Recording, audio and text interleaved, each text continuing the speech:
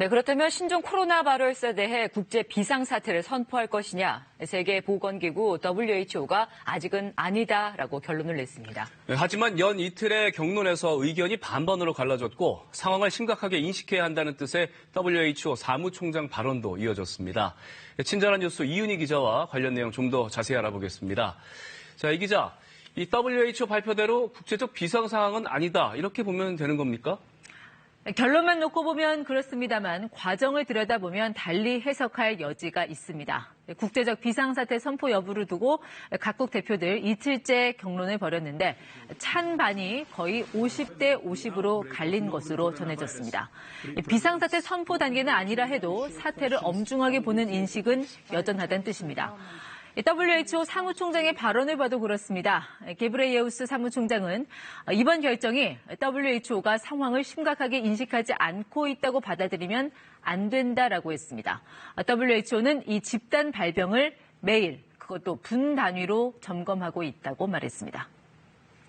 네, 그만큼 중국 우한 안팎의 상황이 아주 심각하다는 얘기인데 언제까지가 가장 고비일까요? 네, 우리뿐 아니라 중국도 음력, 설, 춘절을 쇠죠. 워낙 사람도 많고 땅도 넓어서 보통 일주일 이상을 휴일로 정하고요.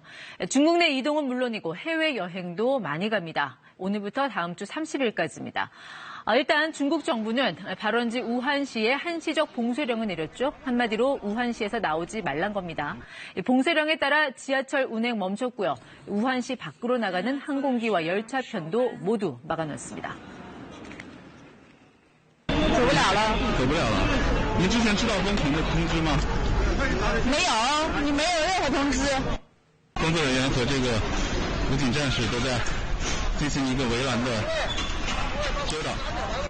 네, 이제는 마스크 없이는 공공장소 못 갑니다. TV 앵커까지 마스크를 쓰고 뉴스를 전하기도 했습니다. 안전문화 방호복을 입고 뉴스를 전달하는 일은 있지만 마스크를 쓰는 건 이례적입니다.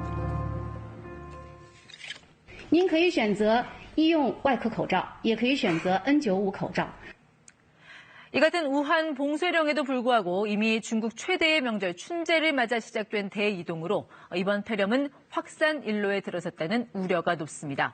우한에서 이미 200만 명 이상이 외지로 떠났다는 소문도 나오고요. 지난 21일 우한을 방문했던 홍콩대학의 바이러스 전문가가 전한 실상도 우려스럽습니다.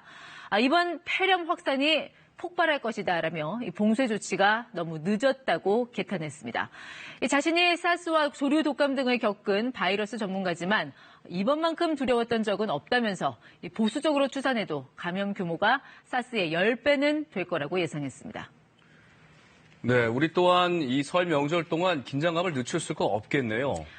현재 우리나라에서 나온 확진자는 1명입니다. 비슷한 증상을 호소해온 21명도 다행히 전원 음성으로 확인됐습니다.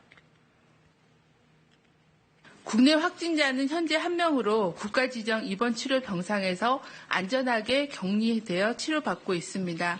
환자 상태는 약간의 열이 있지만 지속적으로 안정적인 상태입니다. 하지만 이번 주말 연휴를 맞은 중국 관광객들이 대거 입국할 예정이어서 마음을 놓을 수는 없는 상황입니다. 중국 여행 대규모 취소 사태도 벌어지고 있습니다. 질병관리본부는 해외에서 귀국 후 14일 이내 발열이나 호흡기 증상이 발생하면 질병관리본부 콜센터 1339나 보건소에 신고해달라고 요청했는데요. 중요한 건 증상이 생기면 병원부터 가기보다는 콜센터 전화가 먼저란 겁니다. 바로 병원이나 응급실을 갔다가는 면역력이 약한 다른 환자들에게 병을 옮길 우려가 있기 때문입니다. 지난 메르스 사태 때 확진자 절반이 병원 내에서 나온 걸 떠올리면 될 것 같습니다. 친절한 뉴스였습니다.